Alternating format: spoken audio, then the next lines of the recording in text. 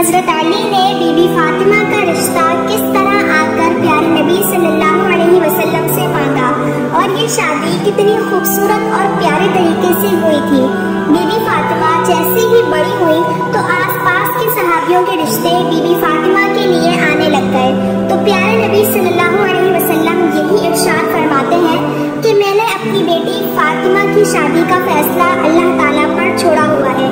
میری بیٹی کا رشتہ وہی کریں گے جو اللہ کو منظور ہوگا، وہی مجھے منظور ہوگا۔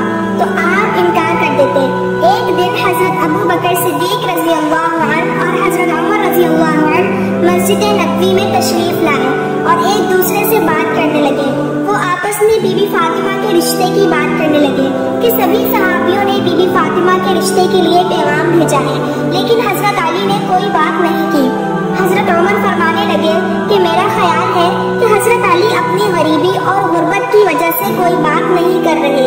اگر ان کے دل میں یہ بات ہے اور اس کی وجہ سے انہوں نے رشتہ نہیں مانگا تو ہم حضرت علی کی مدد کریں گے۔ حضرت ابو بکر نے کہا کہ ہم حضرت علی سے بات کرتے ہیں، اگر وہ غربت کی وجہ سے انکار کر دیں گے تو ہم حضرت علی کی مدد کریں گے۔ اس طرح وہ مسجد نبوی سے بات کر کے اٹھے اور حضرت علی کی تلاش میں نکل پڑے۔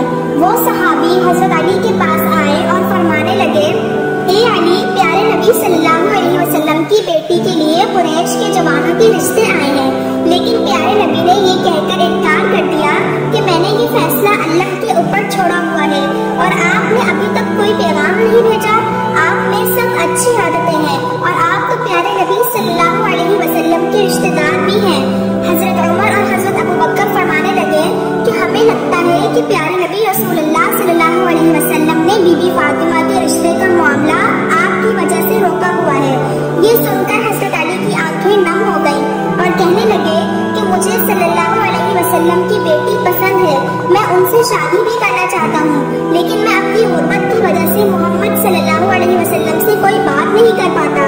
حضرت ابو بکر اور حضرت عمر کہنے لگے، اے علی، ایسا نہ کہو، ہمارے نبی صلی اللہ علیہ وسلم کی نظر میں دولت ایک اڑتے غبارے کی طرح ہے۔ حضرت علی خاموش ہو کر گھر چلے گئے۔ گھر میں کچھ دیر بیٹھ کر آرام کیا، اتنے میں اس کے بعد اپنا اونٹ کھولا اور اس کے اوپر سوار ہو گئے۔ پیارے نبی صلی اللہ علیہ وسلم کے دروازے کے پاس آ کر دروازہ کھٹکھٹایا۔ اندر سے حضرت کلثوم کی آواز آئی اور کہنے لگی، دروازے پر کون ہے؟ کمرے سے پیارے نبی صلی اللہ علیہ وسلم نے آواز دی، اے کلثوم، یہ وہ ہے جس کو اللہ بہت محبت کرتے ہیں اور یہ بھی اللہ تعالیٰ سے بہت محبت کرتے ہیں، یہ میرے بھائی ہیں، اٹھو اور دروازہ کھولو۔ حضرت کلثوم فرماتی ہیں کہ یہ بات سن کر میں اتنی تیزی سے اٹھی کہ میں اپنی چادر میں الجھنے لگی۔ انہوں نے دروازہ کھولا تو دیکھا کہ حضرت علی کھڑے ہوئے تھے۔ حضرت علی نے آ کر پیارے نبی کو سلام پیش کیا اور پیارے نبی نے بھی سلام کا جواب دیا۔ سلام کر کے حضرت علی پیارے نبی کے سامنے بیٹھ گئے اور زمین کھودنے لگے۔ یہ دیکھ کر پیارے نبی صلی اللہ علیہ وسلم فرمانے لگے، کوئی بات ہے جو تجھے پریشان کر رہی ہے تو مجھے بتا، میں تیری ہر حاجت کو پورا کروں گا۔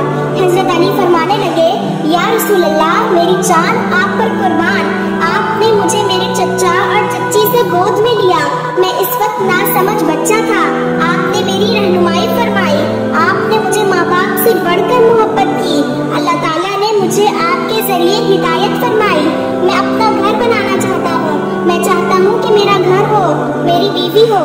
یا رسول اللہ، کیا آپ اپنی بیٹی بی بی فاطمہ کو میرے نکاح میں لانا پسند کریں گے؟ پیارے نبی خوشی سے کھل پڑے اور مسکرا کر کہنے لگے، اے علی، تم سے پہلے مجھے جبرائیل یہ پیغام دے چکا ہے، تم مجھے یہ بتاؤ کہ تمہارے پاس کوئی چیز ہے جو تم فاطمہ کے نکاح کے لیے دے سکو؟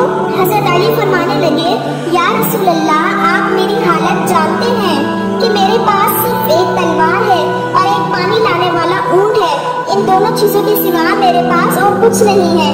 پیارے نبی فرمانے لگے کہ تلوار سے تو تم اللہ کی راہ میں جہاد کرو گے اور اونٹ پر تم پانی لا کر اپنا گھر چلاؤ گے اور سفر میں بھی یہ اونٹ تمہاری رہنمائی کرے گا، لیکن جراح کے بدلے میں اپنی بیٹی کا نکاح تجھ سے کرتا ہوں۔ پیارے نبی صلی اللہ علیہ وسلم فرمانے لگے، علی، تیرا اور فاطمہ کا نکاح تو اللہ تعالیٰ نے آسمانوں پر ہی کر دیا ہے، تیرے آنے سے پہلے جبرائیل مجھے یہ پیغام دے گیا ہے، میں نے تو صرف اعلان کرنا ہے، تم مسجد پہنچو، میں بھی تمہارے پیچھے